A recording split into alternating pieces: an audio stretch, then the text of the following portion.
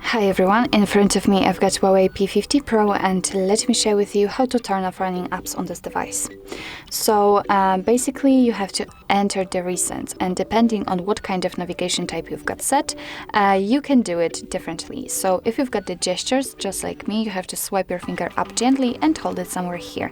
But if you've got the navigation buttons, then you will have to find the button with probably 3 bars icon or the square icon, and thanks to this you will be able to open the recents. So let me enter them. So swipe finger up gently, hold it right in the middle and release the finger. And as you can see here, we've got all previously opened apps, and if you want to, you can close only one of it. Simply find it and swipe it up just like that.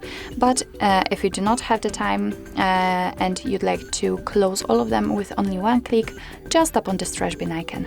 And as you can see, we got back to the home page. So let's enter the recents to check, and here we've got almost no recent items. As you can see, we've got no recent apps, so it means that we just successfully closed all background apps. So actually this is it. This is how to close running apps in your HUAWEI P50 Pro.